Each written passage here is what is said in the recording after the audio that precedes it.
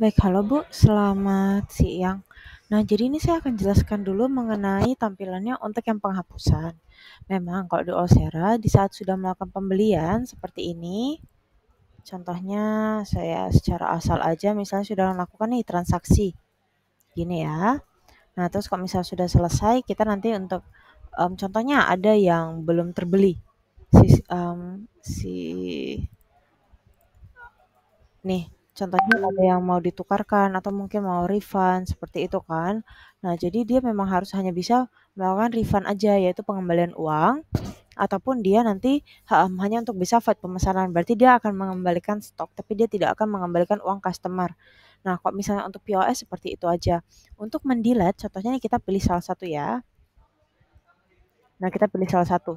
Gini kan.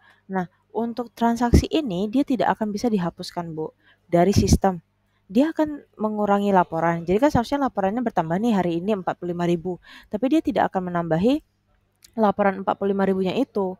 Karena kan sudah dibuat kan untuk tadi kan sudah ada pengurangan, sudah dibatalkan lagi seperti itu kan. Nah, berarti seharusnya tetap 45.000, cuman dia nanti di laporan stoknya akan masuk lagi gitu. Karena kan dia tadi buat pemesanan. Namun kalau misalnya untuk transaksi ini tidak akan bisa dihapus. Kenapa? Karena memang untuk di Olsera sebagai history, sebagai catatan bahwa transaksi ini pernah dilakukan. Untuk mengurangi juga namanya itu adalah kecurangan. Karena biasanya kan ada karyawan nih yang melakukan kecurangan. Makanya ini tidak bisa dihapus oleh siapapun dari akses Olsera. Kecuali memang ada pengajuan dari email. Jika ada pengajuan dari email, maka untuk laporan-laporan keuangan, contohnya nih saya ingin menghapus laporan keuangan 2 minggu lalu, itu bisa, harus melalui email. Tapi kalau dari saya sendiri, saya tidak akan bisa melakukan penghapusan. Ini tetap ada, mau saya batalkan dan sebagaimana tetap ada track historinya, karena dijadikan sebagai catatan. Ini yang pertama. Terus yang kedua adalah mengenai untuk penggunaan Outsera Office ya. Untuk di Outsera Office ini kita juga bisa namanya itu untuk penjualan, bisa pengiriman, memilih untuk pengiriman juga. Cuma untuk pengirimannya itu nanti kita pergi kepada pengaturan pengiriman, nanti bisa pilih aja yang di sini untuk pengiriman domestik ataupun dari kode pos. Kalau misalnya Ibu mau yang per daerah langsung, per kode pos itu nanti bisa klik aja di kode posnya Bu. Nanti kita tinggal klik tambah, pilih yang code 1. Nah, code 1 ini dia kode posnya apa saja. Nah, jadi dia nanti setiap contohnya seperti ini. Nah, nanti kalau misalnya sudah ditambahin datanya, dia setiap memasukkan kode pos ini, harganya itu dia akan langsung berubah secara otomatis untuk pengirimannya. Tapi kalau misalnya hanya mengirimkan di sini, hanya pengubahan di sini, Ibu hanya bisa memilih yang di sini aja. Jadi dia sekali 1 kilo itu bakal langsung dimasukkan nominal yang sudah ditentukan. Jadi tidak bisa request-request lagi.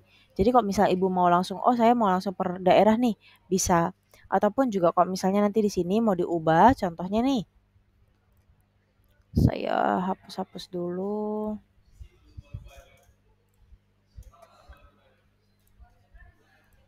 Ini contohnya di sini custom 1 kan.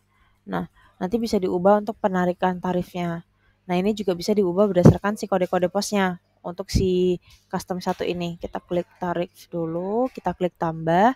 Nah, ini bisa dibuat berdasarkan si provinsi atau daerahnya. Jadi dia nanti bakal langsung otomatis juga. Kalau misalnya Ibu mau seperti itu, bisa diubah. Ini juga nanti bisa diubah menjadi gosen.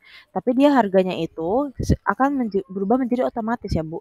Jadi tidak bisa misalnya Ibu bakal ngeliat gosen, oh harganya 13.000 seperti itu. Dia bakal langsung otomatis gosen berapa rupiah perkiraannya.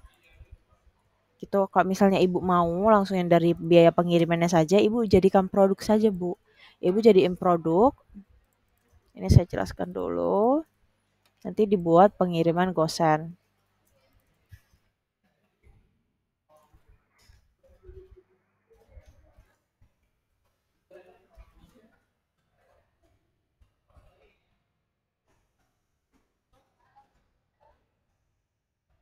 Seperti ini. Nah, terus harga jualnya tidak usah diisi, kita pergi kepada informasinya. Di sini dia nanti ada untuk penentuan harga. Nih harga jual di toko bersifat dinamis. Diaktifkan, kita klik simpan. Kalau misalnya sudah selesai, kita sinkronisasi dulu nih si POS-nya. Kita tunggu sebentar. Nah, jadi contohnya di sini misalnya nih bebek kuah Madura, nggak usah deh, ini ayam bakar. Nah, ternyata dia mau pakai pengiriman, berarti ya udah kita pilih aja yang pengiriman tadi.